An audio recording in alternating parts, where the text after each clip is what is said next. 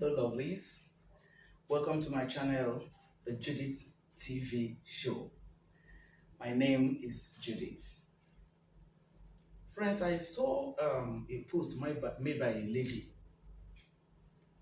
on Facebook where she was trolling women that have issues in their marriages, and in particularly, she indirectly referred to May Edochie. I am not making this video because of May Edochie alone, but I'm making this video, because of the fact that the woman generalized and now said that all the women that are having problems in their marital homes, that they leave their husbands, that their friends take them to clubs, and then they'll be doing olosho, and then they will now be introduced to so many men who will now be paying their bills and what. I mean, some people, sometimes when they talk, you'll be wondering, do people really reason? Some people, do they reason with their ears, or do they reason with their brains? But then how can you generalize? Just how? Maybe you know one or two that are be living their lives like that after they left their husband so.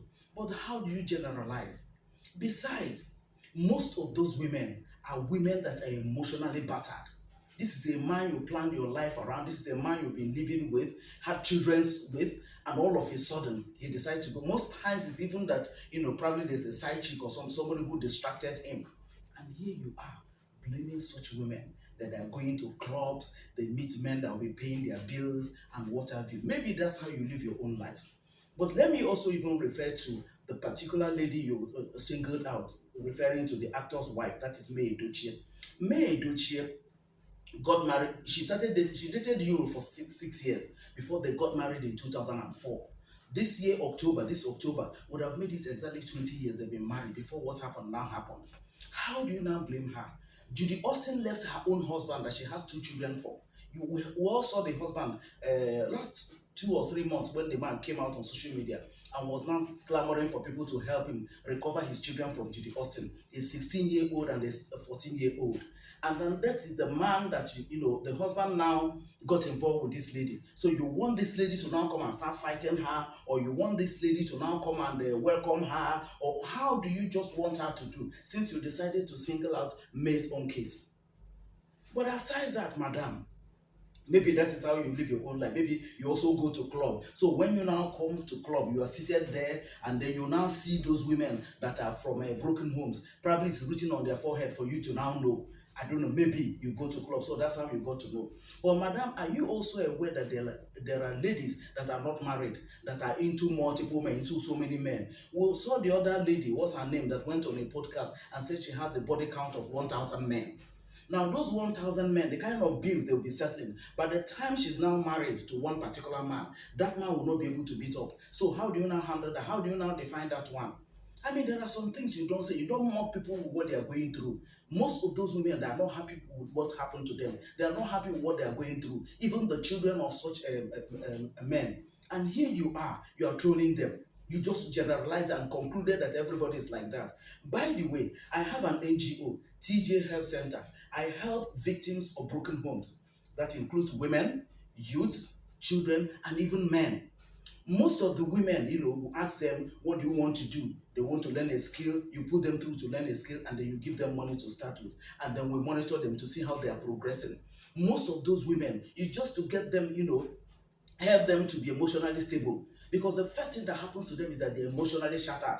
And then they have children that are now left alone to take care of. Even when the man is sending something, it's nothing to write home about. And then this is somebody that all of you were living together before. They were taking care of the house rent, providing for school fees, feeding, and what have you. And all of a sudden, this man is no longer there. He has moved on with another person. And then you think this woman will just be emotionally balanced to accept that and to adjust immediately. Madam, it's not fair now. You don't generalize things like that. You don't even mock people like that. It's just like somebody who is sick for no fault of his or hers, and then you're mocking the person. It's unheard of. It's not proper like that. Please don't say that. And you're a woman. I don't know whether you're married. I don't know whether you're a mother. But for you to even come out and be saying this, against women that are going through a lot, emotionally battered, it's most unfair. It's not proper like that. I just saw that and I was like, and is a lady that is saying this, is a lady, haba, somebody of my gender that is saying this kind of a thing. It's not proper now. So if it's now a lady that is not married that has so many men that are settling her bills, so how do you now define that one? What is that one? Olosho grade one, I've been what? Madam, please, oh, don't be saying that about people. Don't be saying that. You don't know what people are going through, and don't forget that people are not emotionally strong alike. There are people that certain things. That's why when somebody dies, there are some people that once they lose somebody, in fact they will not even recover. That loss, haunts them.